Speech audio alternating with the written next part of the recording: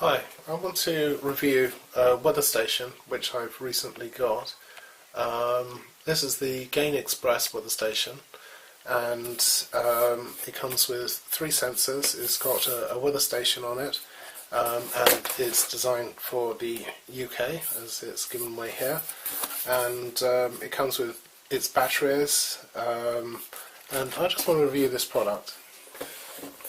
So, and also give it a test, because there's a number of things which I think are slightly concerning about it. This is just something soft which I've put there so that when I turn the face down it doesn't scratch it. So what do you get with it? You get three sensors, as I said before. They measure the humidity and the temperature. You get a power supply. This is kind of like a European power supply that it comes with, and to make it UK compatible they've added an adapter. More about that later. And the unit itself. Now this unit is in actual fact powered. You can't see it at the moment, or you probably don't realise. It's got the batteries in it. I put the batteries in. This is a new set of batteries which I've put in. If I hit the light switch on the back, you can see it actually. You would see it light up. Right, let's try that again. And you can see it light up. The reason is this is just reset, and it goes through this process of one. It tries to look for these, and then after it's taken a look to see whether it picks up the three sensors, it then goes to the RCC function to try and synchronize with the clock. So RCC is the remote control clock, I believe it is. So anyway, it's got 6 buttons on the front, time alarm, up, down, max min, channel. Now I'm going to probably be better to do a review when you can actually see the thing lit up, because the light only lights for 8 seconds. Now let's just take a look. So at this, when it's actually, so at the moment it's just running on batteries, and I just want to show you. So I've got a light, this light shining on it at the moment, and it's just so you can see. It's very difficult. It's got a very poor viewing angle, and most of the time it just seems dark. So that there's you can see that it likes this particular angle, but just about anything else. And you know, I switched off the light, and you can see that you know, it's just nigh impossible to see. So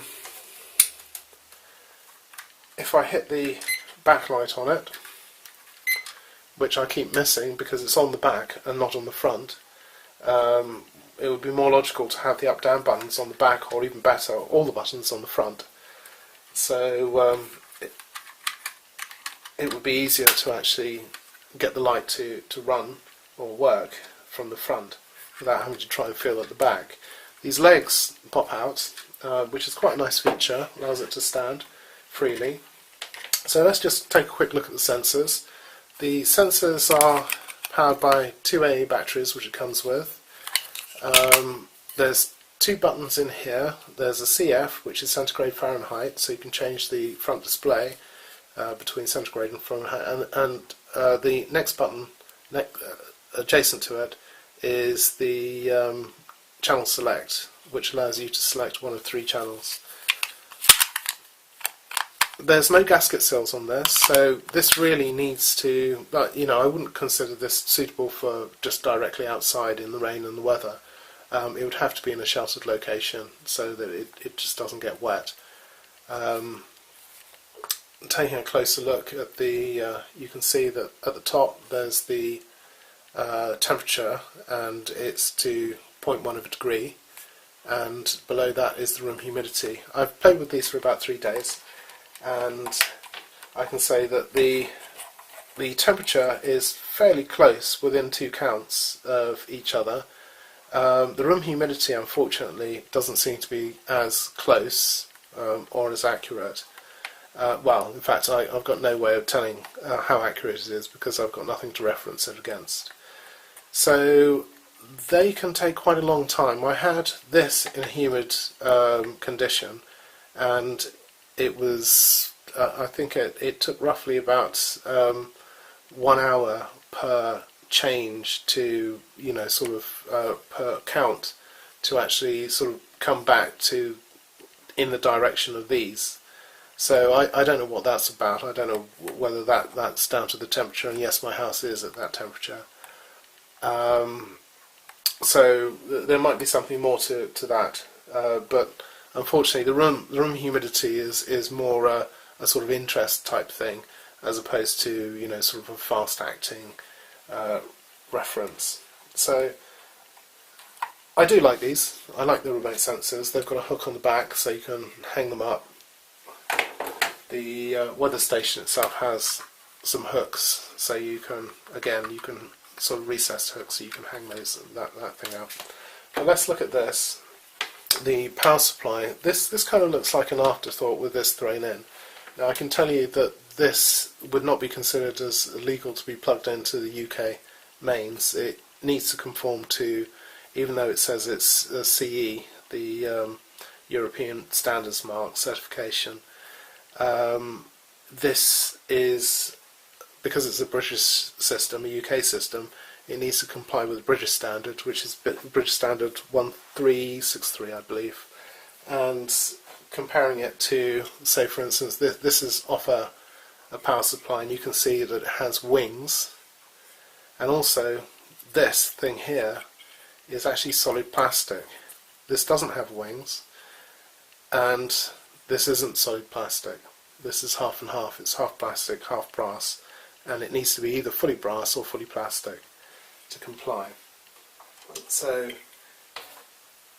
here's another example of another power supply.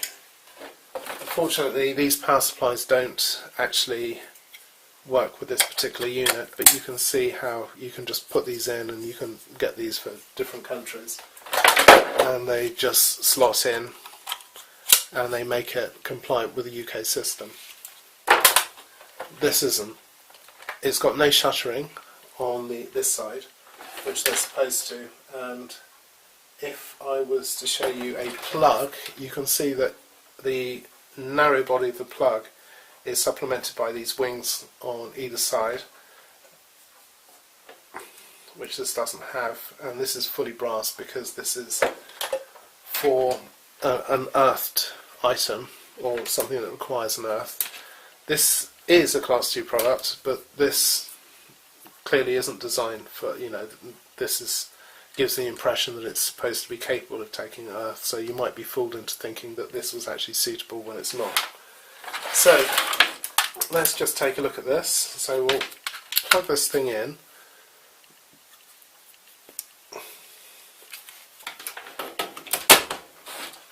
And we shall fire this up. So there's a connector here which you put in. Now this is faulty unit, and I'm going to be sending it back because it seems to, as you can see, it shouldn't do that, which would suggest that either the jack's broken or the cable's gone. But we can see that the 4 quadrants it has, it's got the weather and also pressure, barometric pressure, and these things. I've never seen these things change, although it's supposed to give us some sort of history.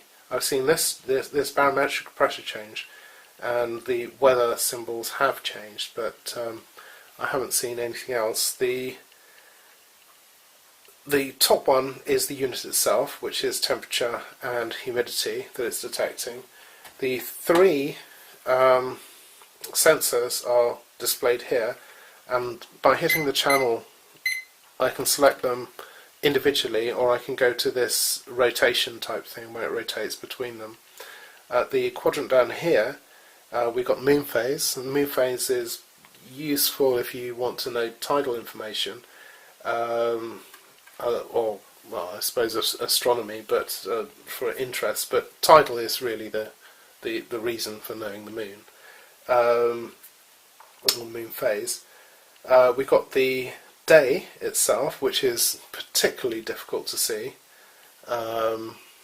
in this. I think you can see it says this hasn't synced properly with the RCC as yet. Let's see if we can give it a try. One of the things that when it's trying to sync with the RCC, it won't do anything else. So that's something to bear in mind, but it only seems to do that for a short time, well, up to 10 minutes according to the instructions, but as soon as it's synced it will stop. So I've got the day and month, and I can reverse those, and I've got the time here, which also gives me the, let me just switch that off, gives me the year as well. This hasn't synced, so hopefully we'll get it to sync in a mo. So, other than the fact that this is actually broken, so it might account for the issues that I've been seeing with this, but because it actually has a set of batteries, the batteries that came with a second set of batteries I put in, and this is a brand new set of batteries which I've put in for this particular test. But quickly, just before I do that, I just want to show the size of this. And this combination is 8.5 centimeters, and in old-fashioned it's 3.3 inches. If you're a person who's into remote connections, like I like these because they allow me to essentially switch things off around the house in one go, and that, you know, you can see it's just completely unwieldy like this, which is quite disappointing. So need to switch that on. So slightly disappointing, and I don't know if I've already shown this, but the display itself has quite a narrow viewing angle. It's quite it's almost like the 80s, 90s type liquid crystal displays when they first came out. They were very poor. You know, they were quite remarkable in their time, but you know, sort of this day and age, well, you know, I don't know what to say about it. It's, you know, you might as well stick with the old liquid crystal. It's a lot easier to see, although it doesn't seem to be in this particular case. You know, and let me show you something else which I found. As I was alluding to earlier, that this was eating batteries. So let me pull these things across. These are 2 multimeters, and I have here a little thing to insert between the battery terminals, and what that will allow me to do is to assess the amount of current that's going through the batteries, because I want to see exactly how much current this is using. Now, bear in mind this is using AAA batteries, and AAA batteries have a lower capacity than, say, AA batteries. So you would expect it. So even though it's using 3, so it's 4.5 volts, we would expect it to be using quite a bit less energy. So what I have here, I've got, this is measuring the current, or would be measuring the current, and it's at temperature. So I want to put it on to milliamps. This is on the milliamp range. This is measuring the voltage across this, and that's more for interest. It's not really that important to actually pay attention to this one. This is the one to be interested in, but this just shows you the amount of loss that you have across this, and that's more for academic reasons, nothing more. So let's take this off.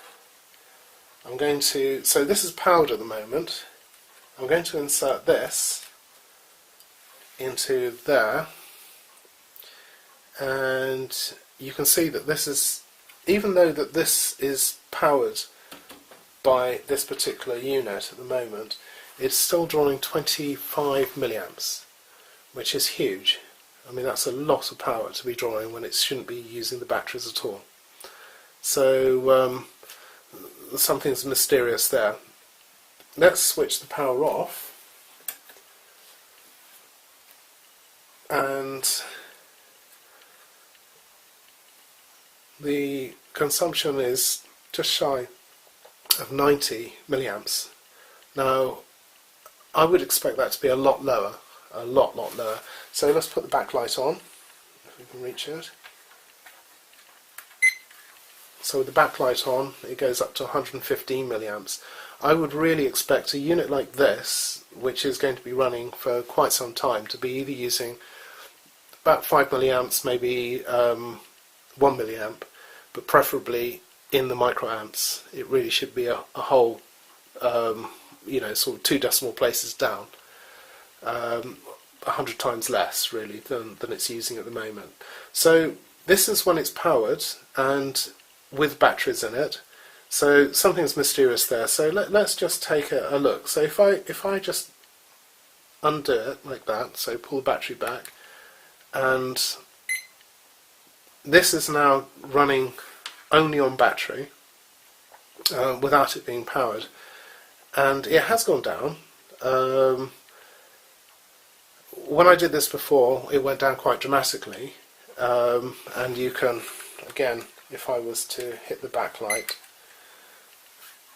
it goes up because it's actually running the LEDs. So yes, of course it would be using more power, but as soon as the LEDs drop out, then it goes back to the general amount of power usage that it's going to be using normally. If I switch this back on to power, you can see it doesn't really drop down. If I switch it off, for some reason it latches into a much higher state. In this particular case it isn't much higher, but it seems to be about 20 milliamps higher than when it's not. It's just almost as though it really wants to be running at a lower voltage, possibly 1.5 volts lower. So there's something odd going on here. For the batteries that are flattened, these are the batteries it actually came with.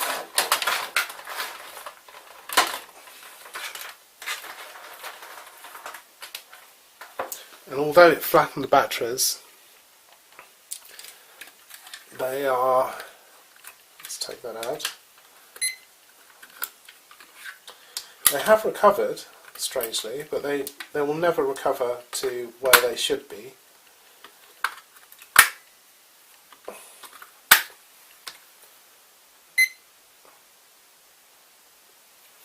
So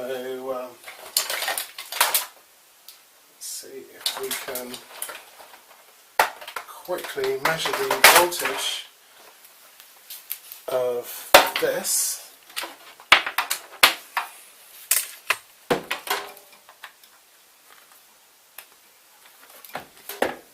We need the proper leads for all the proper leads. My fluke.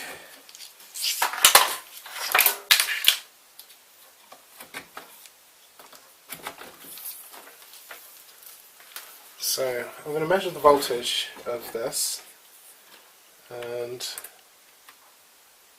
so it's 3.4 volts it's measuring, because those batteries have been fairly flattened. They have recovered, but they're still way down as one would expect them to be when they're flattened. If I hit the backlight, it does light still.